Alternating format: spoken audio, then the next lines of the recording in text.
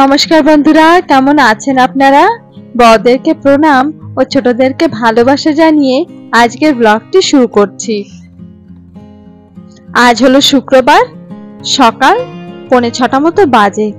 এই রান্নাঘরে ঢুকতেই দেখি তাকের উপরে রাখা এই নিকোবারি কাঁঠালটা।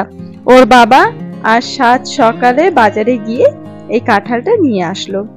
আমাদের আন্দামানে যে 6টি আদিম জনজাতি আছে তার মধ্যে থেকে একটি আদিম জনজাতির নাম হচ্ছে নিকোবারি। আবার এই নিকোবারি জনজাতিটা বাকি সমস্ত আদিম জনজাতির থেকে আবার অনেকটা উন্নত, জানেন? ওরা আবার শুধু নিজেদের জায়গায় সীমিত নয়, জানেন? ওরাও আবার এক জায়গা থেকে আরেক জায়গায় গিয়ে সেখানে সেটেল হয়ে থাকে। ওরাও খুব শিক্ষিত, ওরাও চাকরি বাকরি করে।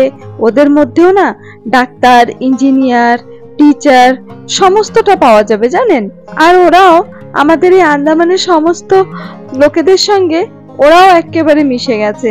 ওদেরকে দেখলে বলবেনই না যে ওরা আদিবাসী।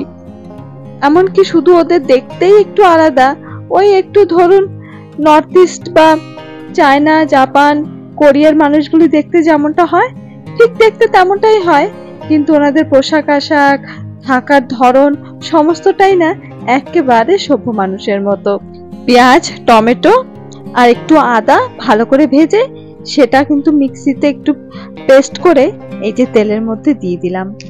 হ্যাঁ, তো যেটা বলছিলাম, তো তাদেরই নাম থেকে এই কাঁঠালটির নাম রাখা হয়েছে নিকোবারি কাঁঠাল। কারণ ওনাদের বাড়ি বাড়িতেই এই কাঁঠাল গাছটা প্রচুর পরিমাণে দেখা যায়। আর ওনাদের যে মুখ্য ভূমি নিকোবার, সেই অঞ্চলের এই গাছগুলি প্রচুর পরিমাণে দেখা যায়। আর ওনারাই মনে হয় এই ফলটির নাম রেখেছেন নিকোবারি কাঁঠাল। আমাদের আন্দামানে তো আমরা এটিকে নিকোবারি কাঁঠালই বলে থাকি। দেখতে কিন্তু অনেকটাই কাঁঠালের মতোই, কিন্তু কাঁঠালের গায়ে যেমন কাটা কাটা হয় তেমনটা কিন্তু কাটা কাটা হয় না এর গায়ে। আর কাটলে পরেও কাঁঠালের ভেতরটা যেমনটা কোয়া কোয়া থাকে তেমনটা কোয়া কোয়া থাকে না, কিন্তু দেখতে আবার অনেকটাই ওরকম। আজকে তো ওটা রান্না করছি না, তাই কেটে দেখালাম না। যেদিন রান্না করব সেদিন ভেতরটা কেটে দেখাবো। যদি দেখাই তাহলেই না জিনিসটা বুঝতে পারবেন কেমন, মুখে বললে তেমনটা বুঝতে পারবেন না। আর একটু ময়দা আর চালের গুঁড়ির একটু ব্যাটার করে তাতে ফুলকপি সেদ্ধগুলো ডুবিয়ে ওই একটু চপের মতো করে ভেজে নিয়েছি। ওই ফুলকপির চপই বলা যেতে পারে। সেটিকে একটু মুচমুচে করে ভেজে এখন এই করে রাখা গ্রেভিটার মধ্যে দিয়ে দেব। নামানোর আগে কটা ধনেপাতা কুচি দিয়ে দিলাম। আর আজকের এই রেসিপিটা কোনো মা ঠাকুমার কাছ থেকে শেখা নয়, এটা পুরোপুরি নিজের থেকে একটু কল্পনা করে করলাম। আর এমনিও তো কাজে যাওয়ার দিনগুলিতে ভীষণ তাড়া থাকে, আর আজকের তাড়াটা যেন খুব দ্বিগুণ। কেন বলুন তো? ওই যে মিশমির আন্টি আজকে আসেনি। ওর আন্টি না আসলে পরে তো আমার সেদিনটা ছুটি নিতে হয়। কিন্তু ভাবলাম এই বছরের শুরুর দিকটাতেই যদি ছুটি নিয়ে থাকি তাহলে শেষ আসতে আসতে তো ছুটিগুলি সব ফুরিয়ে যাবে। তাই ভাবলাম একটু চটজলদি করে রান্না বান্নাগুলি করব, আর যদি পারি মেয়েটাকে নিয়েই আজকে কাজের উদ্দেশ্যে বেরিয়ে যাব। তারপর না হয় আধবেলাটাই কাজ করে আসলাম, আধবেলার ছুটিটা তো বাঁচবে। তুমি আমার স্কুলে যাবে? যাবে না কেন? কেন যাবে না? তোমাকে আমি নিয়ে যাব তো। তোমার আন্টি কোথায়? তোমার আন্টি আজকে আসেনি। না না, আসেনি। আর এই যে স্কুলে এসেই মিশমি কিন্তু নিজের খেলার সাথীকে খুঁজে নিয়েছে। এই যে বিড়াল রানী, ইনি হচ্ছে আমাদের স্কুলেই থাকে। আবার এই গেছে 2 দিন হয়েছে, আবার 2টো বাচ্চাও দিয়েছে। আর এখন বিকেলে 3:30 মতো বাজে, আর ওর বাবা আর দাদা প্রায় 8 ঘন্টা মতো হলো বাড়ি ফিরে এসেছে। আর এখন মিশমি এখনো সময় কাটাচ্ছে দাদার সঙ্গে। এখন আমার একটু রক্ষে, নইলে পরে পুরো দিনটা ওর পেছনে পেছনে ছুটতে ছুটতে আজকে আমি একেবারে নাজেহাল হয়ে গেছি। যতটা শান্ত আপনারা দেখেন ভিডিওতে, ততটা শান্ত কিন্তু ও মোটেও নয়। আর মিশমি, তুমি কি করছো মা?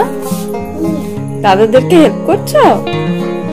দাদাকে হেল্প করছো তুমি?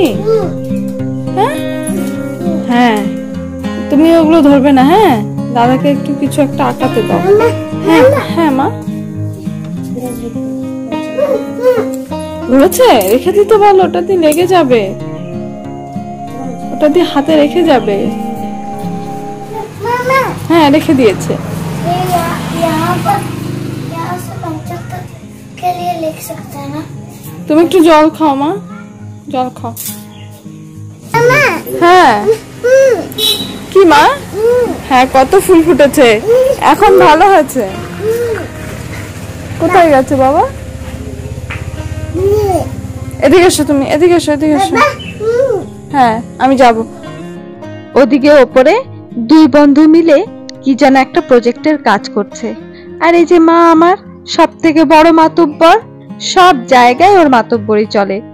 তাই ওকে নিয়ে আমি একটু নিচে এসেছি, এখন একটু ওই নিচে ওকে নিয়ে একটু ঘোরাফেরা করব। আর একটু সামনে পুকুর আছে, সেই পুকুরের পাড়টা একটু ওকে নিয়ে হাঁটবো। এই বিকেল বেলাটাই না মাঝে মধ্যে ওই পুকুর পাড়টাতে এসে বসি। যেহেতু মিশমি অনেকটা ছোট, তাই ওকে নিয়ে আসতে না অনেকটা ভয় হয়। তাই মাঝে মধ্যে একটু নিয়ে আসি, যাতে ওর বেশি একটা পুকুর পাড়ের কথাটা মনে না থাকে।